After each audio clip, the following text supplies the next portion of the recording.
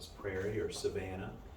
So, agricultural habitats give us the opportunity to do something that replaces or mimics or even restores those types of conditions.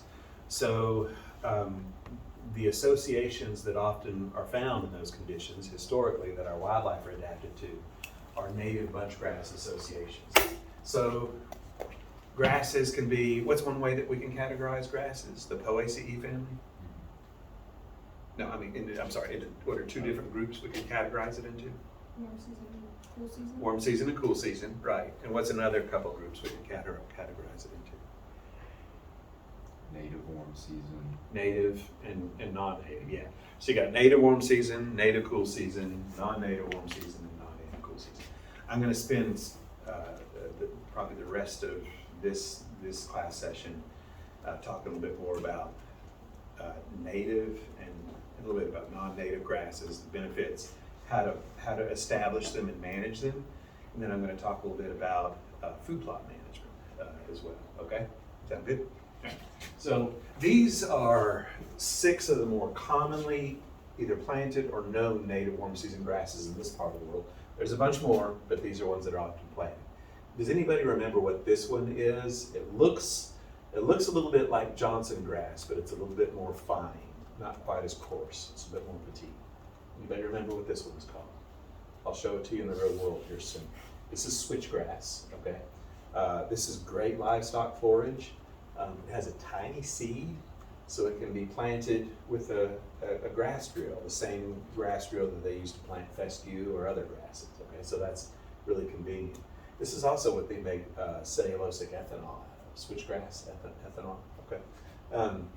This is one that's not planted anywhere near as frequently, but it does work well in very moist conditions. This is eastern gamma grass, okay? Has a very broad blade.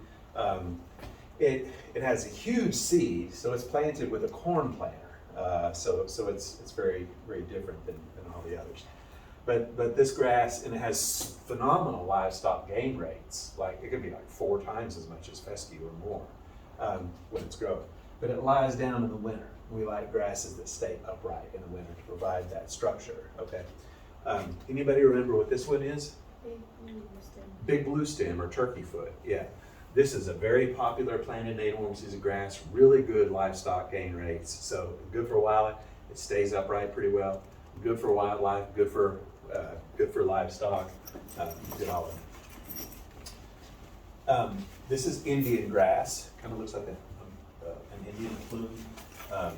There's a bigger native grass called plume grass that looks like this, but Indian grass will be about 5 or 6 feet tall. Plume grass might be 8 to 10 feet tall. So plume grass is a whole lot bigger. But I'll show you some Indian grass as well. This is good livestock forage. This is the native warm season grass that never left. It's common. You see it in the winter. That the orange grass out in the field. What's it called? What's that? What's it called? Broom sedge. Yeah. Broom sedge. That's right. This is the one that is not good livestock forage, and that might be why it never left, because nothing much is eating it. But since it's still out there in the seed bank a lot of the time, if we're just wanting it for structure, if we can just get rid of fescue, this will just come back free of charge without us having to plant it. So it's not, if we're not trying to grow livestock food, it's great to have it. This is the one that looks like broom sedge, but it's different. Anybody remember what this one is called? Little blue stem. That's right. And it's a little bit finer, maybe a little bit smaller, a little bit pinker. And I'll tell you later in the field what the textbooks say is the easy 2 ways to distinguish them, but it's never been easy for me. So this is one that probably won't count you off if you get the wrong one here, but I'll try to give you hints to if I'm showing you this versus this to help you remember which is which. Now, these 4 grasses here, right here, have a type of seed that makes establishing them a challenge. They have a fluffy seed, okay, a fluffy, chaffy seed. This one has a regular grass seed, you can plant it with a grass drill. This one has a big old honkin' seed, you can plant it with a corn drill. These have a fluffy seed. And if you collect the seed and you put it in a seed box of a regular grass drill, they'll float like cotton. They'll just hang in the box. They won't fall down like they're meant to with gravity to the bottom of the box and go out into the drill. So you have to use a specialized grass drill that has a picker wheel in the seed box that rotates and pushes the seed down to the bottom of the box. So there's a few companies that make these drills. And actually in lab on Friday, hopefully we're gonna go get to see one, and we're gonna meet with NRCS, I think, go get to see one, and they'll talk about how to calibrate that drill so that you're planting at a proper rate, okay? So these four, big and little blue stem, broom sedge, which usually isn't planted because it's not good for livestock and it's just out there already, right? And Indian grass, we use a specialized seed drill, okay? Guys, I'm going to give you some information today that might be a little bit dry, but it's very practical and very useful. Okay, this is two species of non-native grass. Okay, this is one species. Okay, in the winter and in the summer. So what does the fact that these two pictures tell you about this non-native grass? That's it in the winter. What does that tell you? What kind of a non-native grass is it? Warm season. That's right, it's a warm season. Cool season stays green all winter, right? These are both warm season grasses. This one is popular, it's all over the place, you know it. It's on lawns and golf courses. What is it? Bermuda. Bermuda grass, that's right, Bermuda grass, okay? And this one is also very common. It's a weedy grass. It used to be planted for livestock, but producers like other grasses now. But it's still out there. Anybody know what this one is called?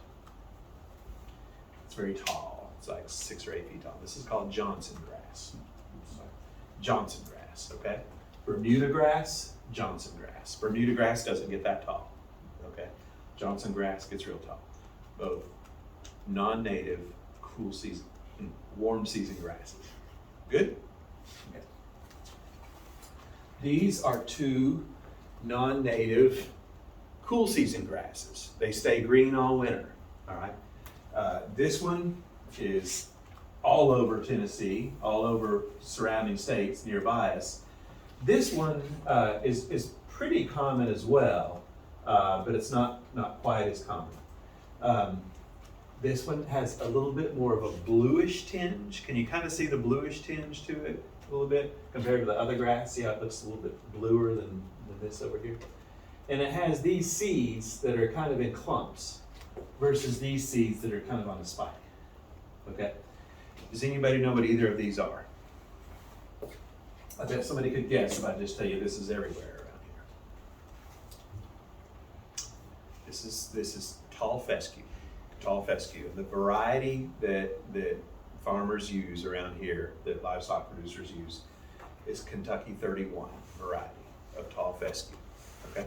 Now there are other species of fescue as well. There's red fescues and other fescues.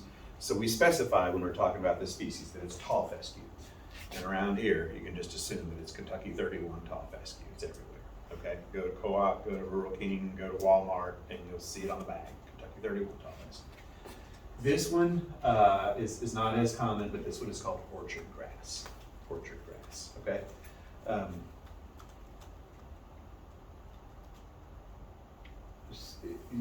Sometimes I get, for whatever reason, because I'm getting old, the terms orchard grass and Bermuda grass mixed up. But orchard grass is this is blue cool season. Bermuda is the warm season. All right. Notice orchard grass has the clumpy seeds, and I'll try to show this. Okay, so a little bit more about Kentucky 31 tall fescue because it's so vigorous. It's been around since the 1800s, and farmers love it because it's cheap, it's easy to establish, it's easy to manage. It provides forage in the wintertime, in the cool season, not just in the summertime. It creates a dense mat, it creates a monoculture that discourages weeds that folks don't want. It's pretty good for forage, it's pretty good for erosion control. So there's a lot to like there. But because it's not a bunch grass, because it creates this just dense mat that doesn't let forbs come in, little birds can't get through it. There's no good, diversity of forage for birds. And I mentioned this last week. It also, the Kentucky 31 tall fescue planted right up until a decade or two ago it had an endophyte associated with it that has inhibited production of several species of mammals. Rabbits, we think maybe horses in some cases a little bit, maybe deer, we're not sure about cattle, I don't know what all else. So that's not good. They modified it so that they sell now doesn't seem to have that problem with an endophyte, but there's still all that old fescue still out there across the landscape that does. So generally we in wildlife don't like it. You'd see bumper stickers from Quail Unlimited in the day that said, "Don't do fescue." Okay, so what argument can we use to convince landowners that native warm season grasses are good and that they should plant? Because they're more expensive, they're harder to establish, it takes longer to establish them. It's easier to mismanage them, to overgraze them, so you have to kind of baby them. They respond well to burning, and nobody wants to burn. So, it's kind of hard to get landowners on board sometimes. So how can we encourage them? Better forage in the summer. That you can have a lot higher livestock gain rates in the summertime. A lot better for erosion control. In the 1990s, when the Mississippi River, when there was some big floods on the Mississippi River, guys, there were a bunch of levees, like in Missouri, that were planted into fescue, and there were a bunch of others that were planted into switchgrass. All of the fescue levees failed, got breached. All the switchgrass levees held. Switchgrass have roots like up to 16 feet deep, crazy deep roots, and they hold soil really, really well. So that's a good thing. So planting on levees is great, but just in general, it's good too. These are native grasses, so they don't have to be baby, they don't have to be watered. Once they're established, they don't have to be fertilized. They handle drought just fine. They've got really, really deep roots. They're bunch grasses, so they allow in the blank spaces in between for forbs to come up, legumes and other forbs. So that brings in seeds for food, it brings in invertebrates for food. You don't need lime or fertilizer. So these are some of the arguments that we can use to encourage landowners. This was a study from Virginia. This study is probably 20, 25 years old, but it showed average livestock gain rates in pounds per day. Big blue stem, 2.6 pounds. Bluegrass, that's Kentucky, we don't have that much here, 0.75 pounds. Tall fescue, 0.9. Hybrid Bermuda grass, 0.9. Switchgrass, 2.1. Eastern grama grass, 1.8 to 4. So this is a heavy argument we can use, is that, hey, if you include native warm season grasses in your grazing rotations, you can get a lot better gain rates. So this is a really good argument we can use. That said, they're going to have to rotate. Rest rotational grazing, we hope they're going to do it anyway, but a lot of livestock producers, they don't want to mess with that. They just want to fence the farm and have them out there, and that doesn't work very well. You have to have warm season and cool season pastures. So this is a useful graphic to think about how warm season and cool season grasses grow, and how that kind of drives how livestock should be grazed on. Cool season grasses start growing in March, and they're peaking in May. So imagine a situation where you want to minimize how much hay you're feeding your livestock producer. So April and May, you can put your livestock out on your cool season grasses, your fescue pastures.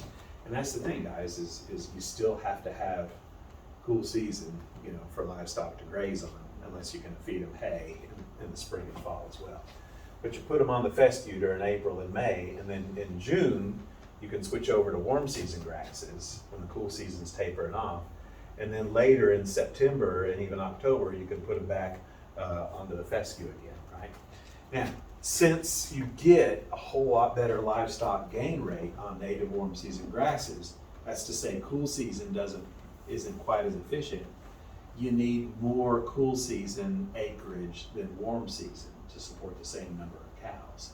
So a general rule of thumb might be that a livestock producer, if he had 2 acres of cool season for every 1 acre of warm season, then that would minimize the amount of hay that they would have to feed. Okay, does that make sense? So that can work in our favor, in that we're not demanding that the producers kill every acre of fescue. We're just asking that they kill a third of it, right? And convert just a third of their grass to native warm season grass. Or they could do a little bit more and make hay off of that extra warm season grass to feed during the winter, right? So that's kind of how we often are.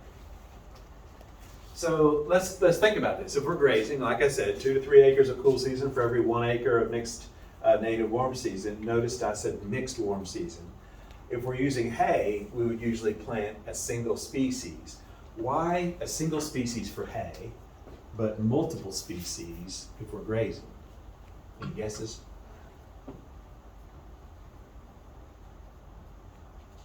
Anybody want to sip of my coffee? It's pretty good. High octane, still warm. I need some variety.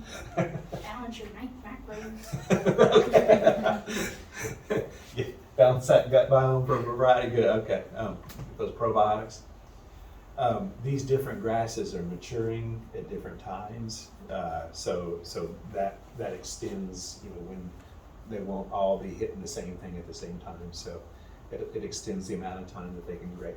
Whereas with haying, you're wanting them all to mature at the same time, so you can come, hay at the optimal time. So, grazing 2 to 3 acres, cool season for every 1 acre of mixed native warm season. Haying, we would typically plant at a little bit higher rate than we would if we were just planting it for wildlife. So 6 to 8 pounds per acre, PLS. Anybody know what that stands for? I haven't talked about this. That stands for pure live seed, okay? There's 2 things that we look at when we buy a bag of grass. We look at germination rate, and we look at PLS, pure live seed. So most grass or most bags of stuff that you buy is gonna have a little bit of other junk in there. Weeds, other species of grasses, legumes, whatever. So you want the highest percentage of PLS that you can get. So let's say that you buy a bag that's only 90% PLS, and the germination rate is 90%. Well, 90% of 90% is something less, right? So we want to be sure that we have 6 to 8 pounds per acre of pure live seed. So let's say that you get grass and the PLS is, if the PLS were only 50%, then instead of planting 6 to 8 pounds per acre, we'd be planting 12 to 16 pounds per acre, right? Does that make sense? Okay. 6 to 8 pounds per acre creates a lot of grass, a pretty dense bunch of grass, more than you would typically do for wildlife. A native prairie association might have a clump of bunch grass here and a clump over there and a clump over there, and in between just all sorts of forbs and other legumes and other forbs. So for wildlife, you might only plant 3 or 4 pounds per acre. So a lot less grass. That's providing structure, but all that other stuff that comes up in between is providing the food, which is important, right? So haying isn't optimal for wildlife, but we're trying to compromise. Wildlife, 3 to 4 pounds, pure live seed. I say here 70% mixed native warm season grass and 30% legumes, but different people say different things. Back in the 90s, when native warm season grass was just becoming really popular in wildlife, they were saying 100% grass, and they pretty quickly learned, no, you got to get some forbs in there with it. I know some people, some biologists, some wildlife biologists with master's degrees at Quail Forever that are recommending to landowners that they plant 100% lagoon. And they're saying, the grass will come in there on its own, it's fine. The problem that I have with 100% lagoon is A, sometimes the grass comes and sometimes it doesn't. You never know how much you're gonna get. B, even if it comes, you're not gonna get a whole lot. And here's the trick, guys, pay attention. When you're trying to burn it, and this is how the best way to manage these early successional habitats is with fire. It's a whole lot easier to carry a fire with grass than it is with forbs. Forbs tend to be kind of sticky, almost a little bit woody. And so they don't catch on fire as quickly as grass, which is very fine. So you want enough grass composition to be able to carry that fire easily. And that's my experience, is it's really hard for me to burn just straight forbs, for what it's worth. And we might get a chance to do that later this semester, we'll see, okay? So,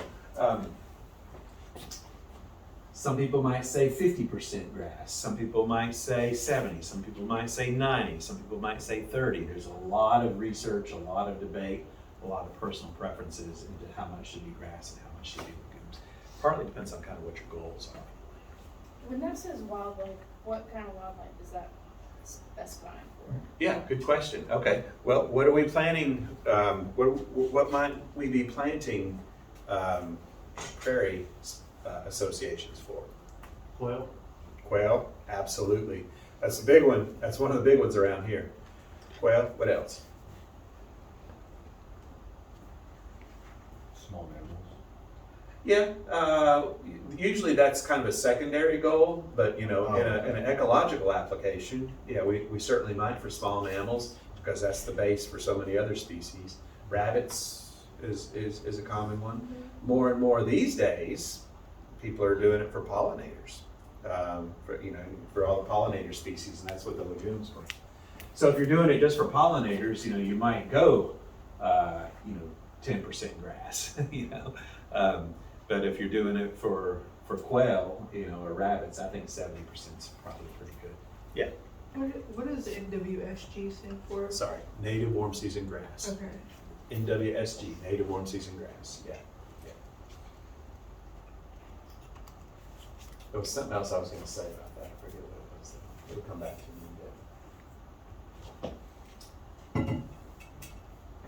in a bit.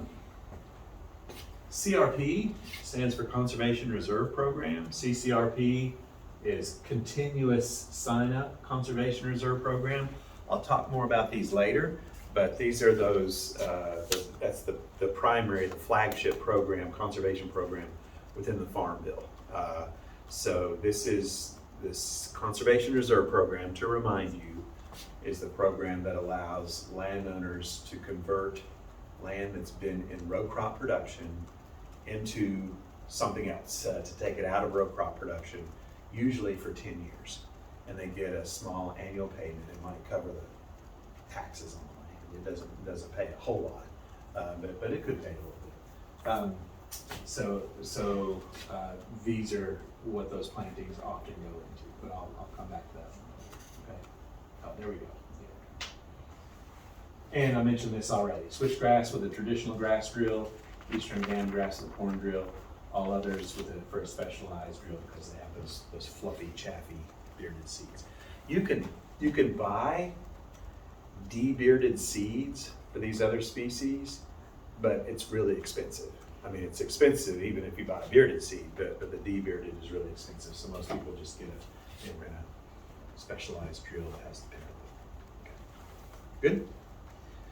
Kind of boring a little bit, but important and useful information. Okay. Who has any sort of experience with any of this stuff at all? Who does not? All right. Good. So, who can tell me what this machine is? Tractor. Excellent. All right. We're off to a good start. Okay. So I'm just going to give you some very, very basic information on implements that are often used in early successional habitat management. This is a tractor, and implements are often hooked up on the back of a tractor. I know. Just bear with us here. Using something called. Okay. Who knows what this this and this together are called? A 3-point hitch. That's right. Yeah, so this is a disc that's connected to the back of the tractor using a 3-point hitch, okay?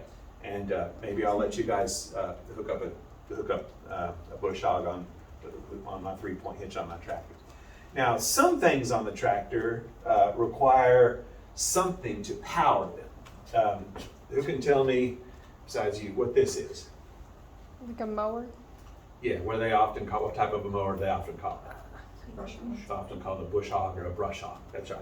That's that northern Pennsylvania girl coming out there. A bush hog is a brand, but it's like Kleenex. You know, Kleenex is a tissue, but we just call it a brush hog or a mower. It's right, a rotary mower. It's got a big old honking blades in there. But there needs to be something to turn the blades. So we connect this line here to something right there that spins when you turn a lever. And what's that called? PTO. Yeah, it's called the PTO shaft. And what does PTO stand for? Power takeoff. You guys know some stuff. Yeah, that's right. Okay. So we've got a tractor with a 3-point hitch and a PTO shaft or a power takeoff shaft. This is a disc. We don't need a PTO shaft for the disc.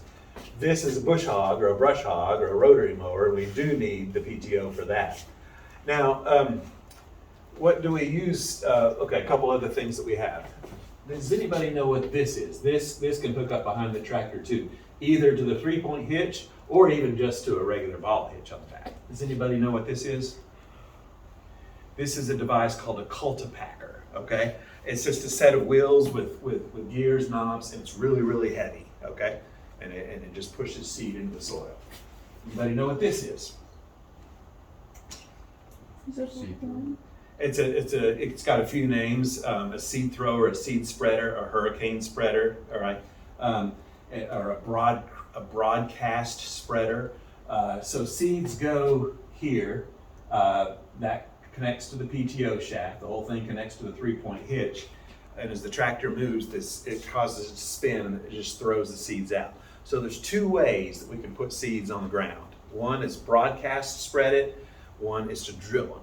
Drilling is more effective, but it's a little bit more work, and you have to have the soil ready to be drilled. You can't just drill into a bunch of soil that's covered with a bunch of vegetation. You have your hand up? I was wondering about what we did for the pollinator, or tried to do for the pollinator garden. You were for the pollinator garden. We were broadcast. Oh yeah, we were using that little hand. Yeah, we're using a little hand spreader. But a lot of those pollinator seeds had fluffy, chaffy seeds as well, so it wasn't working. So we're just spreading them by hand, and that's broadcasting as well. You know, it was a little bitty plot. This is a specialized grass drill. There's a few companies that make them. It used to be that everybody used a company called Truax. If you heard Truax drill, that was a specialized grass drill for native warm season grasses.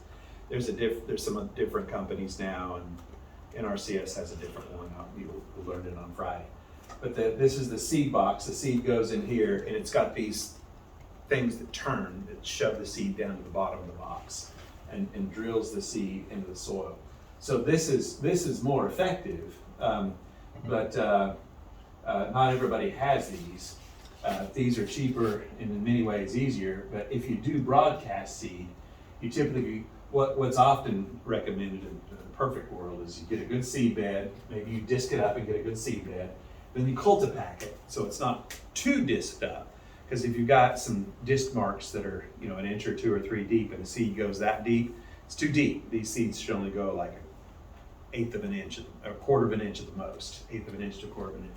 So you disc it up and then you cultipack it, then you broadcast spread it, or you just do that. But if you broadcast spread it, then you cultipack it again. So you got good, firm seed to soil contact. That's what we want. Okay? Good. What do you use that for? Well, you might use that if before you disc it, if you've got a bunch of high vegetation. You can also use this for managing it once you've got it planted. What are you laughing about, Piper? Okay. If you have a bunch of weeds, horseweed or something that's overtaking your native grass, you can lift that up pretty high and mow the horseweed without mowing your low grass coming up under it. This is not optimal as a mid-contract, what we call mid-contract management, managing in the middle of a conservation reserve program contract. The best thing we can do is burn that field about once every 3 years. There's gonna be a lot of dead vegetation on the ground that's gonna impede movement of baby quail and baby birds and wildlife. So burning it knocks back that dead vegetation, puts nutrients back in the soil, allows for fresh new green growth of those native grasses and forbs. This just puts more dead vegetation on the ground. So, but in those years that you're not burning it, if you need to knock back stuff so that it doesn't start to regenerate in a forest, you can use this. And sometimes you just, for a variety of reasons, we just can't burn. We're in a location where we can't burn, or it's not a good year to burn for the weather conditions or whatever. So sometimes we just have to mow. How we do? Doing okay? So establishing, there's a bunch of words there, sorry. How do we establish native warm season grass? Let's assume that we've got a field that's covered with fescue, all right? The first thing that we have to do is kill the fescue. A mistake that I think students in this class make every single semester is somebody says, burn it to kill the fescue. Fire does not kill fescue, okay? It'll kill a little bit, but fescue bounces back very well from fire. We kill fescue with Roundup. Roundup or glyphosate. It's a broad spectrum herbicide. Roundup is the first trade name, but there's lots of generics that work just as well that are a lot cheaper. We typically do that starting in the late summer or fall. Nice thing about fescue is since it's a cool season, it's going to stay green, so you can still kill. But it's going to be more effective in the growing season, like now or September, because it's photosynthesizing more than it will be later. And the more it's photosynthesizing, the more effectively the herbicide is going to work. You could check it again in the spring, see if you see some starting to come back in the spring and kill it again. That'd be really good. And then we plant typically in the spring. Early is good, like February is a really good time. Sometimes fields are really wet and muddy and it's hard to get out there in February. The very latest we want to plant is May, and that's awfully late. February is great if you can get out there. March works. April's getting late. May's really late.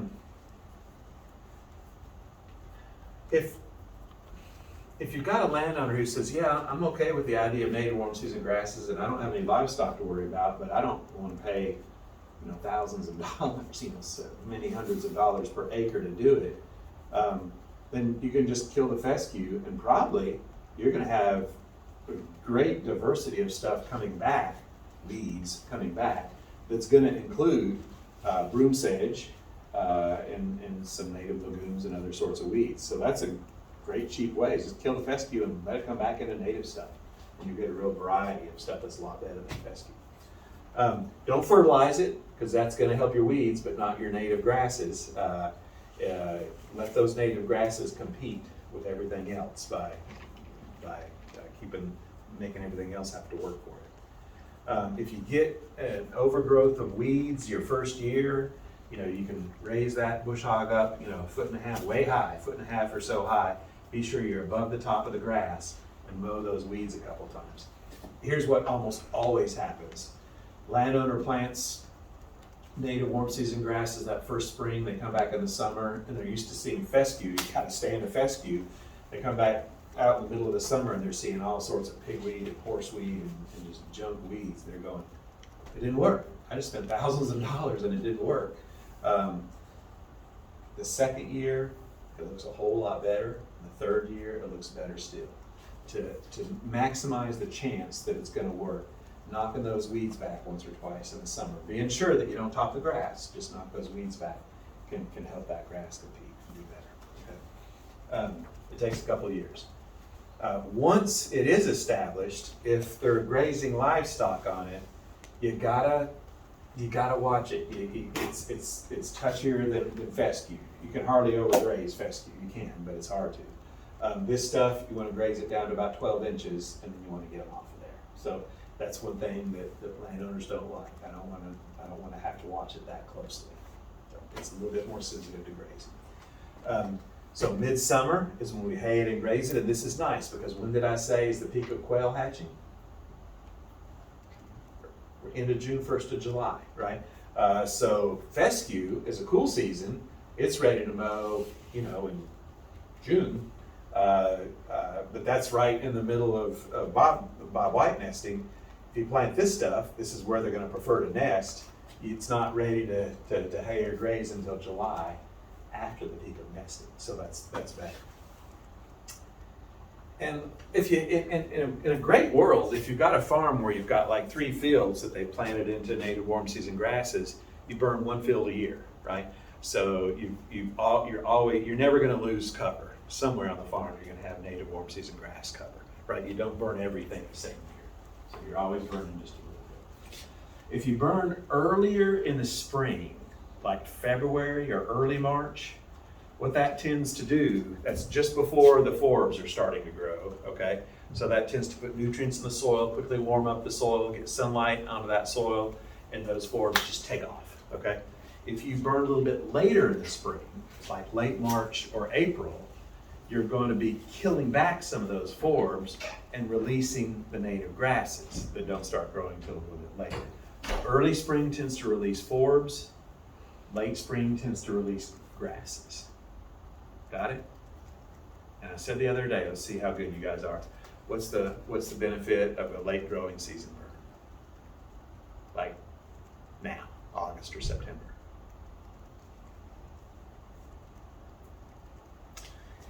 If I don't do anything to my native grass field for 3 or 4 or 5 years, what bad, undesirable types of plants am I going to start to get in it? Weeds. What? Weeds. Woody. Weed is anything I don't want. Woody plants. I'm going to start to get trees. Yeah. And a late growing season burn does a better job of killing that woody encroachment than spring burns do. A lot of the time, spring, if you get a good hot spring burn, you might kill some of your young trees, your saplings, but some of them will come back from the roots. A growing season burn will finish them off pretty well. Okay? Good? I'm not going to get all the way through this. Okay. Some common herbicides that we use for a variety of applications, and I'm not going to really demand that you memorize all these, but there's a couple that are important, okay? Glyphosate is a generic, well, Roundup or the other generics, is a broad spectrum herbicide that can be used on any plants. There's some that have developed a little bit of a resistance to it.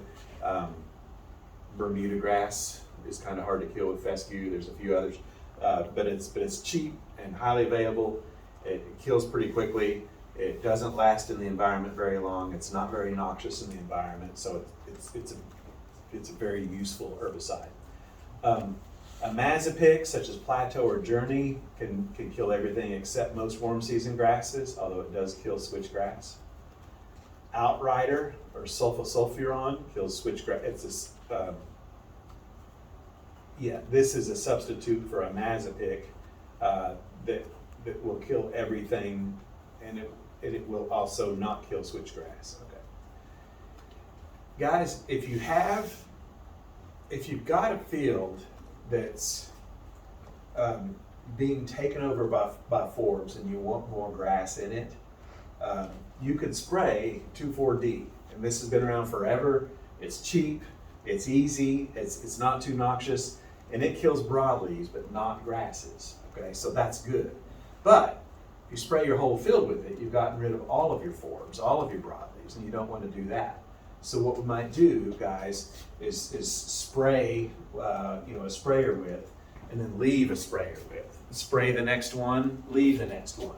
So you get rid of, forbs, all the forbs on half your field, and over time, they'll fill back in a little bit. So that's kind of a simple way to deal with that. If we have woody encroachment, arsenals such as imazapyr or triclopyr can kill trees, but that stuff gets kind of expensive.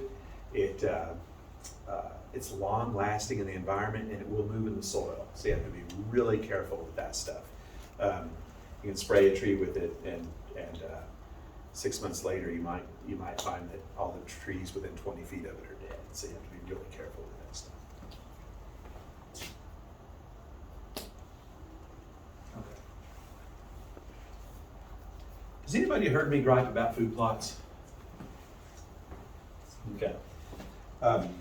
I want to be clear about something here, okay? I would argue that generally, for the most part, usually, food plot management is not wildlife management. Now, I know a lot of wildlife managers and biologists who would get really mad at me for saying that. It's wildlife management is about maintaining healthy populations of wildlife. Food plots are about attracting wildlife, usually so that you can shoot them and kill them and eat them, okay? Now, let me be clear. I'm a hunter, and I plant food plots to attract wildlife so I can shoot them and kill them and eat them, okay? And that's fine, but I think the mistake that people often make is thinking that what wildlife need is food plots, and as long as you give them food plots, they'll have everything they need, in lieu of managing across the landscape for healthy habitats, okay? So I put that disclaimer in there before I talk about what are some common considerations with regard to food plots, all right? So if you consider that species, they need food, they need nesting, they need roosting, escape, loafing, broodery, and cover, they need a lot of different types of habitat. And if you have poor habitat across the landscape, but you're making excellent food plots, you're creating ecological traps. You could actually increase predation of some of your species. So you want good habitat all around, including good escape cover near your food plots, so that if predators come, your prey species will be able to get away from them. Food plots can be warm season or cool season. They can be annual or perennial, or some combination of all those. And they should be considered supplemental to overall habitat management.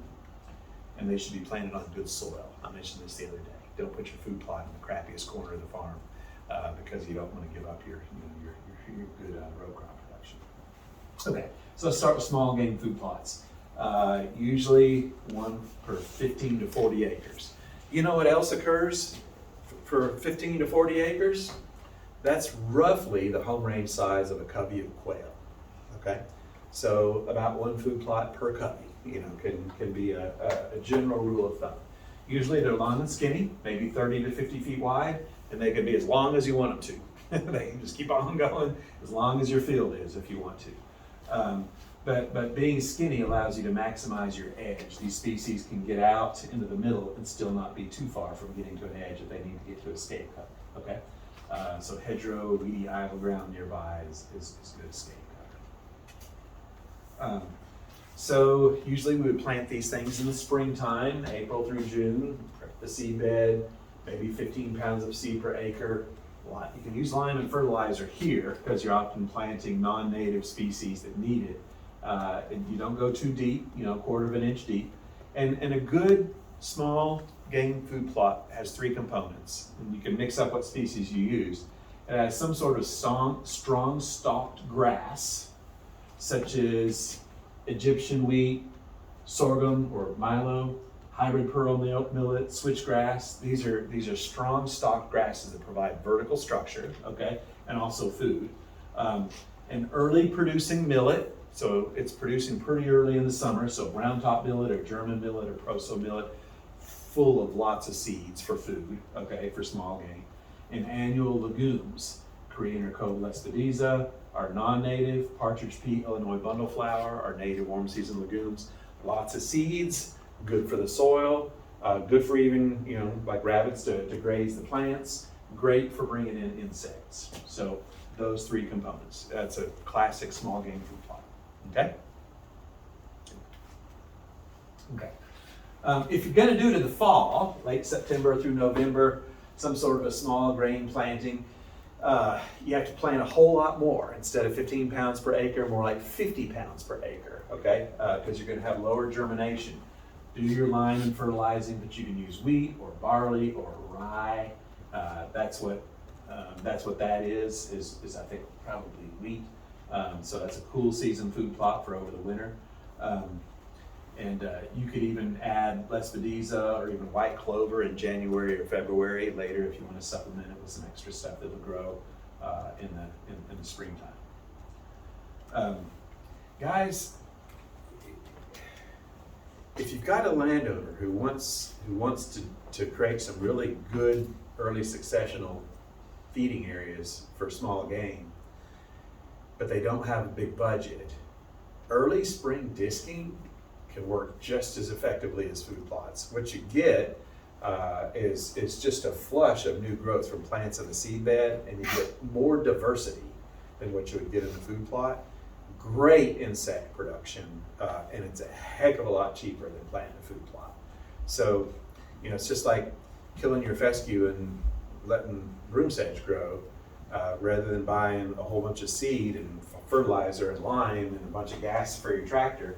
Just disc it early in the spring and let the seed bank do the work for you.